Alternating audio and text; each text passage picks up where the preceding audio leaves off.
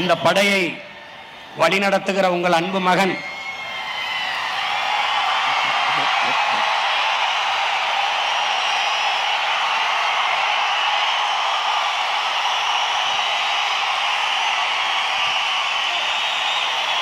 நம்முடைய வீர பெரும்பாட்டியார் வேலுநாச்சியார் உலவிய மண்ணிலே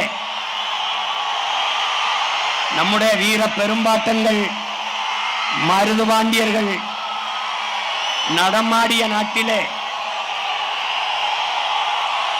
கவி சக்கரவர்த்தி கம்பன் பிறந்த மண்ணிலே கவி அரசு நம்முடைய தாத்தா கண்ணதாசன் பிறந்த மண்ணிலே தன்னலமற்று உண்மையும் நேர்மையுமாக இந்த மண்ணுக்கும் மக்களுக்கும் உழைக்க வேண்டும் என்ற உறுதியோடு களத்திலே நிற்கிற உங்கள் அன்பு மகன் பிறந்த மண்ணிலே காரைக்குடியிலே இந்த முறை சட்டமன்ற வேட்பாளராக களத்திலே நிற்கிறேன். என் அன்பு மக்கள் பேராதரவு கொடுத்து என்னை வெற்றி பெறச் செய்வீர்கள் என்று நம்புகிறேன்.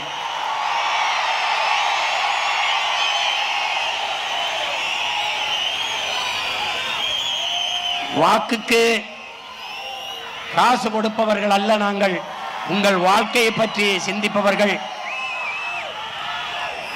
நாம் நோட்டை வாங்கிக் கொண்டு ஓட்டை விற்கிறோம், அவர்கள் அந்த ஓட்டை வாங்கிக் கொண்டு நாட்டை விற்கிறார்கள். வாக்கை பற்றி கவலைப்படுபவர்கள் மக்களின் வாழ்க்கை பற்றி கவலைப்பட மாட்டார்கள். நாங்கள் உங்களின் வாழ்க்கை பற்றி சிந்திக்கிற பிள்ளைகள்.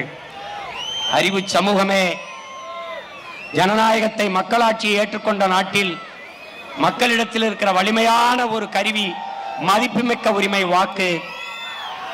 அதை தூக்குங்கள், இந்த நாட்டை வலிமைமிக்க வளமைமிக்க நாடாக மாற்றுங்கள்.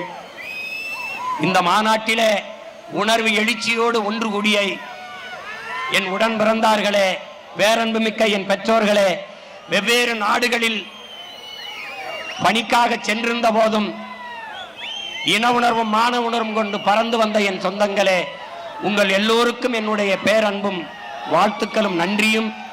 எப்படி பாதுகாப்பாக பயணம் செய்து வந்தீர்களோ அப்படி நீங்கள் பாதுகாப்பாக வீடு சேர்ந்து சென்றீர்கள் என்ற செய்தி வந்தால்தான் நான் மகிழ்வேன்.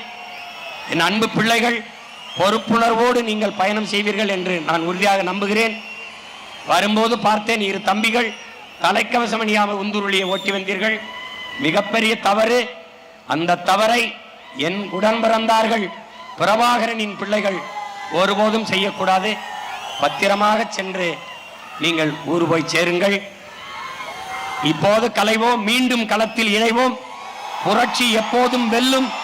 நம் வெற்றி அதை சொல்லும். நம் இலக்கு ஒன்றுதான், இனத்தின் விடுதலை. இனம் ஒன்றாவோம், இலக்கை வென்றாவோம். தமிழ்தாய் வாழ்க, தலைவர் பிரபாகரன் வாழ்க. நாம் தமிழர்.